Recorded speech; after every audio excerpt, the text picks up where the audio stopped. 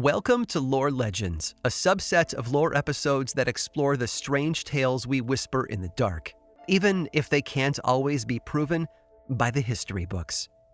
So if you're ready, let's begin.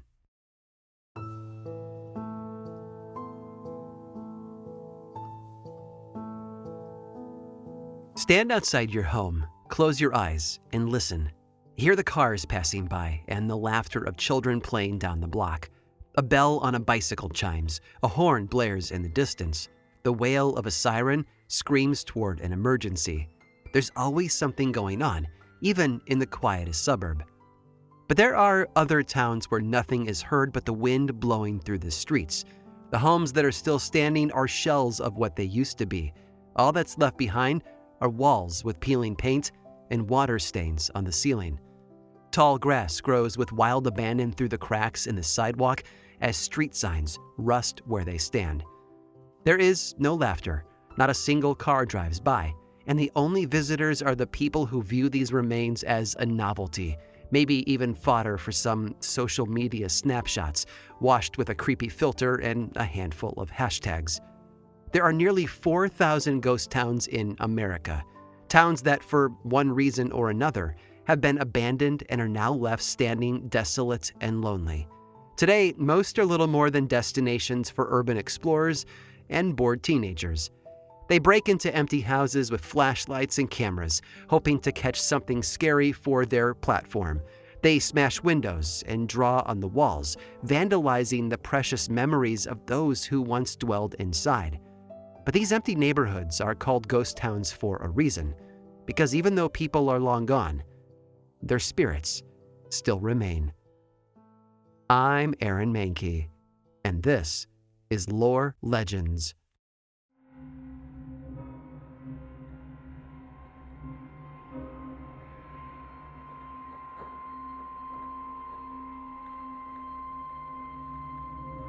Decades ago, one town in Alabama became the center for a growing movement, where an oppressed people tried to forge a new path for themselves in the face of adversity.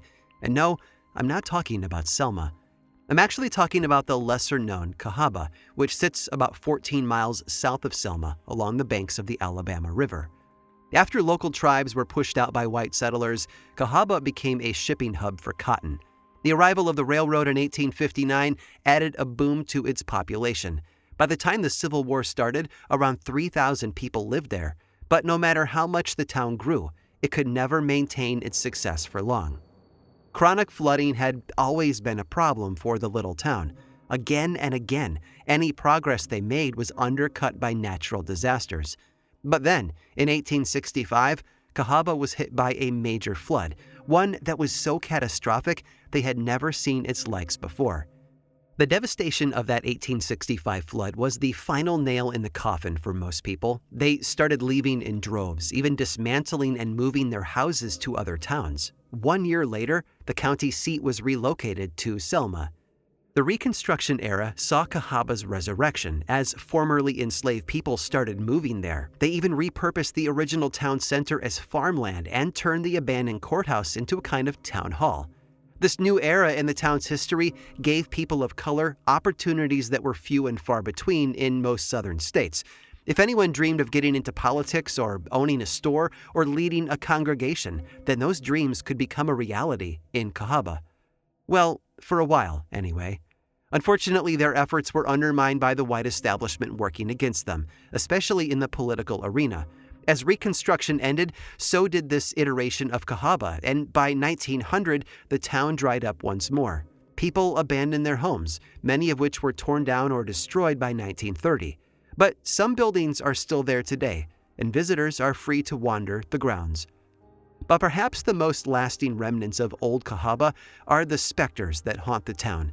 You see, in 1862, well before the town was abandoned, a young couple came face to face with the unknown. They'd been walking under a moonlit sky, lost in a grove of cedars behind the home of Confederate leader Colonel Peggs.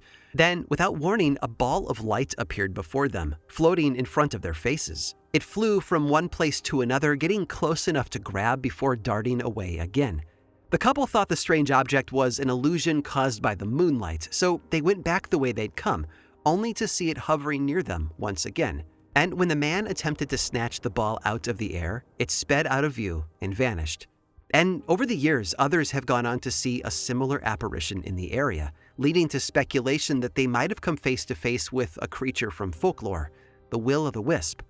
There's also a theory that by the time this light was first spotted, Colonel Peggs had been fatally wounded at the Battle of Gaines' Mill in Virginia on June 27th.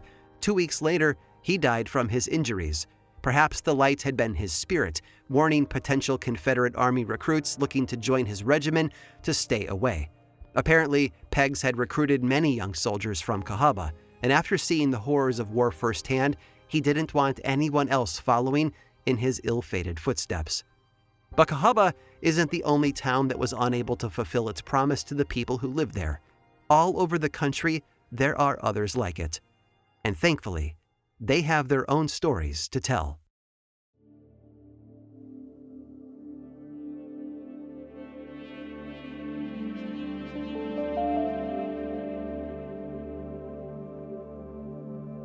The land of cheese. That's Wisconsin's big claim to fame, after all.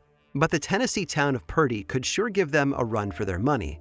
Located in the southwestern part of the state, it was established in 1825 on what used to be Chickasaw land, and that land was purchased by the area's first settlers using money they had earned from selling homemade cheese. That's right, the entire town's foundation is built on this stuff. But unfortunately, that foundation would prove to be a soft one, and Perie would eventually sink through the cracks of American history. 5 years after its founding, a brick courthouse had been built in the main square, followed by all kinds of stores, saloons, and restaurants. It didn't take long for the quiet hamlet of Perie to become a bustling and prosperous town. In fact, between 1830 and 1860, the local population ballooned from 250 to a whopping 700. And that was helped in large part by the arrival of the Mobile and Ohio Railroad in the late 1840s. Well, it would have helped had the town raised the necessary $100,000 in taxes and stock subscriptions to afford it. Sadly, the town's largest taxpayers opposed the idea of paying more taxes, and the vote to bring the railroad through Perie failed. Instead, Mobile and Ohio built the railroad about 4 miles outside of the town's borders. With the track now laid, new towns started to pop up along the route. Gears were put into motion to move the county seat from Perie to someplace adjacent to the railroad. It took almost 30 years and countless votes to make it happen, but the county seat was finally moved to the brand new town of Selmer in 1890. And that shift was the beginning of the end for Perie. As of 1956, only 76 people lived there, a far cry from the 700 who called it a home during its heyday. Today, almost all of the buildings are gone. All that remains is a single home, built while the town was still full of promise and potential back in 1856. It belonged to Colonel Fielding Hearst, a man who has gone down in history books as a villain, despite his contradictory beliefs. You see, he fought for the Union during the Civil War, but he was also a slaveholder, and the former did not cancel out the latter. Hearst didn't just fight for the North, he actually had a reputation for being bloodthirsty and cruel in combat. One story claims that he marched a group of Confederate prisoners to LaGrange, about 40 miles away, killing one prisoner for every mile traveled. Some say that he even stuck the heads of the executed men on mile markers along the way. It was also rumored that the men under his command killed and maimed at will, even cutting off a woman's breast in one encounter. But perhaps his worst offense was burning his hometown of Perie, Tennessee, to the ground. As he marched on Perie, he set every building he passed ablaze. This was allegedly done as a punishment after Confederate sympathizers murdered his nephew and his mother. Even for a war, his rampage was shocking, and it eventually earned him a one-way ticket out of the Union Army in 1864. As one old-timer recalled, Hearst, quote, had his enemies inside and out of Perie. Now, if you're wondering how hated he was, you only need to look as far as the bullet hole in the staircase of his mansion, fired at him by an opponent. Apparently, the home bears several bullet holes, one of which is known to leak blood every now and then. It's one of the many signs that Hearst's former home is plagued by his spirit. Shadowy figures have been reported inside, along with the sound of disembodied voices. The mansion is vacant now, but following Hearst's death in 1882, other occupants lived in the home and experienced their own confrontations with the evil presence inside. The Dodd family, for example, owned it from 1919 until 1993. During that time, a child died after falling into a pot of boiling water. Several people took their own lives in the home, and more recently, a seasonal haunted house attraction that once used the mansion as its backdrop found itself dealing with Hearst's restless ghost. Actors were locked in certain rooms for hours with no explanation and no way out, and the sound of a crying child in the basement could be heard when there was nobody downstairs. Perie may be long gone, but its most famous resident is still giving people something to talk about almost 150 years later. But travel a bit to the north, and you'll find a town in New Jersey that's more than the sum of its parts. Because it's not just one home that lures in thrill seekers, it's a whole village.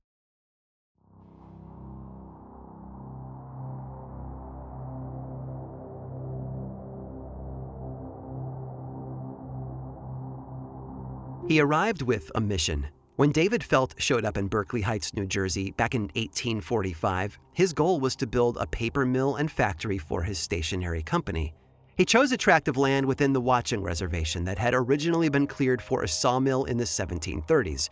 It was the perfect place to construct his empire. And so Felt built the facilities he needed to harvest and process paper, which he then turned into things like journals and ledgers. But there was one thing missing: somewhere for his employees to live. He wanted them close to the factory in a neighborhood where all their needs could be met. And thus, Feltville was born. It was comprised of cottages for the workers and their families to live in, along with a combination of church and general store, a barn, a blacksmith shop, a one-room schoolhouse, and 600 acres of farmland. It was a one-stop shop for everyone involved. Of course, he didn't do this to keep his employees happy. Rather, he wanted to keep tabs on them as much as possible. This wasn't about comfort, it was about control. And he wielded that control with an iron fist, eventually turning Feltville into his own tiny kingdom and crowning himself as its overbearing ruler. The town's residents, stuck under his tyrannical thumb, actually took to calling him King David. The only goods available had to be bought from the general store, which he controlled. He also required the village to be maintained to perfection at all times. Mill employees endured a grueling 6-day work week, followed by mandatory mass on Sundays. And a bell attached to the manor house rang throughout the day to signal the start and the end of the workday, lunchtime, and the 9 p.m. curfew. Everyone's movements were tightly controlled. If you worked for King David, you had to follow his rules. But his reign didn't last long. In 1860, Felt packed up and retired to New York, selling off the village to the highest bidder. And his final words before leaving spoke a prophecy into existence. Well, King David is dead, and the village will go to hell. And he was right. 6 different owners tried and failed to keep the company town going. They pivoted from paper to things like cigars, silk, and sarsaparilla, but nothing stuck. And after 20 years, Feltville was completely abandoned. Then in 1882, the cottages were renovated with electric wiring and indoor plumbing. The town was then converted into a summer resort for the rich, called Glenside Park. But the early 1900s saw tourists flocking to the Jersey Shore instead of the rural gateways among the hills. By 1921, the former company town had been absorbed by the Parks Commission into Watchung Reservation, one of the country's first county parks. Sadly, most of the buildings were torn down over the years, including King David's house, which is now nothing more than a foundation. The mill was demolished in 1930 for being a safety hazard, and the whole area took on a new identity. While many ghost towns are simply known by their original names, like Perie and Cahaba, this New Jersey location has a more obvious moniker. It's known as the Deserted Village. And this deserted village is not without its own ghostly residents. One legend tells the story of 3 young sisters who went camping in the surrounding woods in 1912. They'd been wearing bonnets on their heads, and when their families went looking for them, those bonnets were all they found. Rumor has it that the spirits of those 3 girls haunt one of the remaining Feltville cottages to this day. And helping that legend along, some people have claimed to see the apparition of a young girl gliding among the homes, as if she were visiting her neighbors. And the woods surrounding the village have allegedly been home to satanic rituals and gatherings of witches looking to cast their spells. It's not uncommon for visitors to the deserted village to feel a palpable sense of dread as they walk through the site. After all, The woods are lovely, dark, and deep, but restless spirits cannot sleep.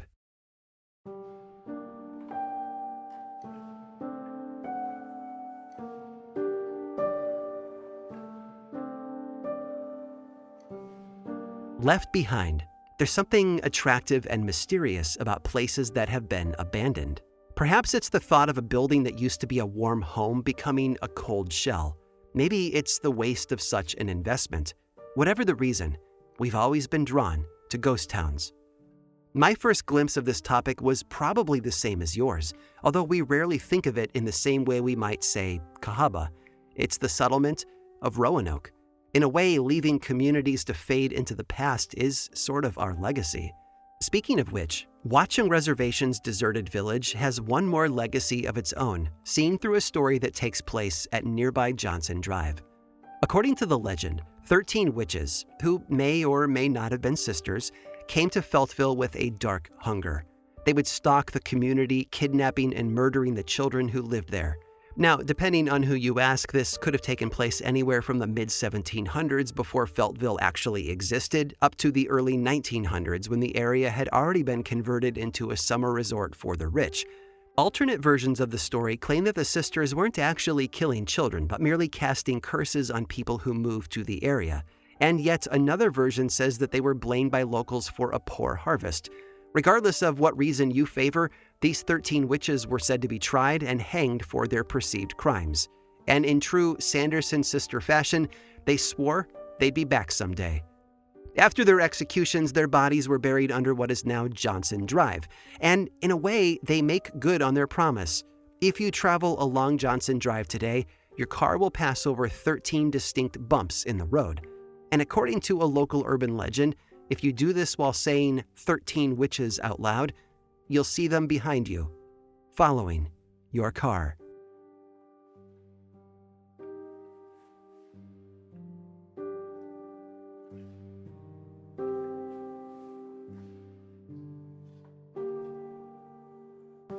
Everyone seems drawn to abandoned places. Lists of ghost towns are a dime a dozen on the internet, and a search on Instagram will net you hours of creepy photos to browse. There's irony in this obsession, though. The places we felt compelled to walk away from have become a beacon, drawing new crowds to their borders. And with thousands of places like that in America, there are always more stories to tell, which is why we've saved one more to share with you today. Stick around through this brief sponsor break to hear all about it.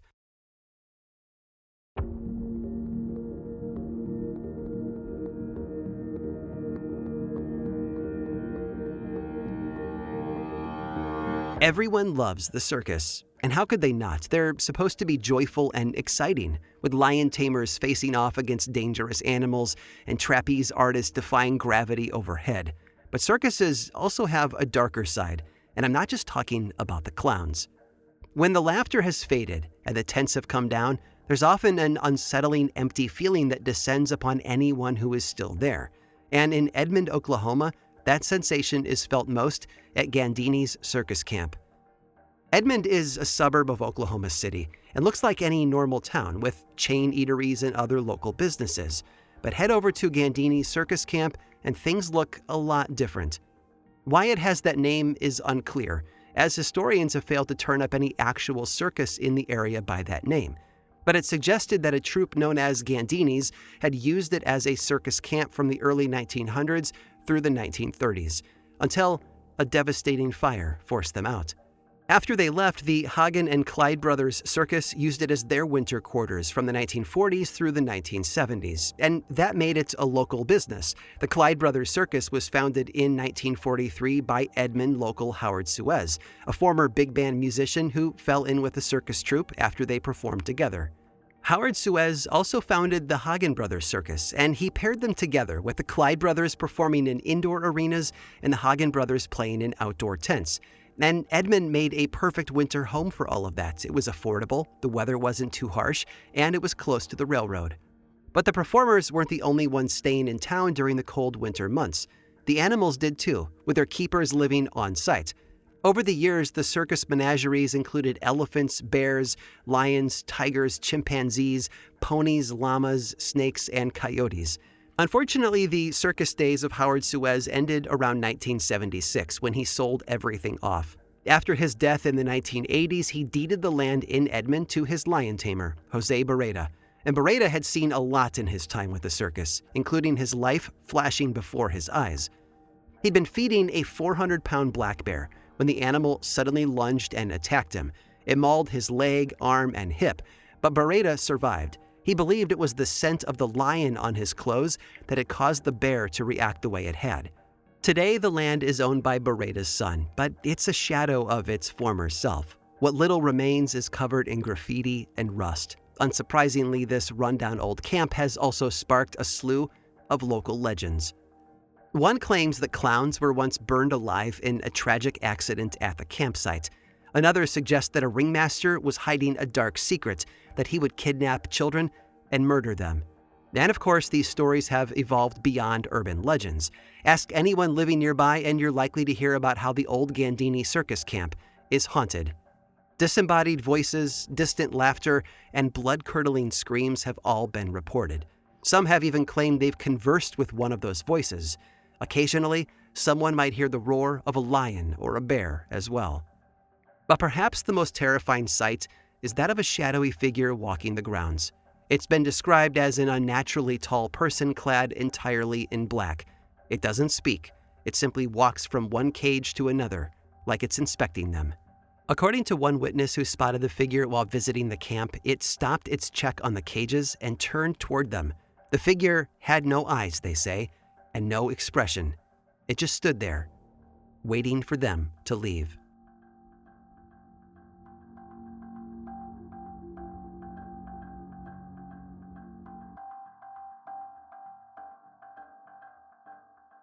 This episode of Lore Legends was produced by me, Aaron Mahnke, with writing by Harry Marks, research by Cassandra de Alba, and editing by Alex Robinson. Don't like hearing the ads? I've got a solution for you. There's a paid version of Lore on Apple Podcasts and Patreon that is 100% ad-free. Plus, subscribers also get weekly mini-episodes called Lore Bites. It's a bargain for all of that ad-free storytelling and a great way to support this show and the team behind it. Lore is also much more than just a podcast. There's the book series available in bookstores and online, and 2 seasons of the television show on Amazon Prime Video. Information about all of that and more is available over at lorepodcast.com. And you can also follow the show on Threads, Instagram, Facebook, and YouTube. Just search for Lore Podcast, all one word, and click that follow button. And when you do, say hi. I like it when people say hi. And as always, thanks for listening.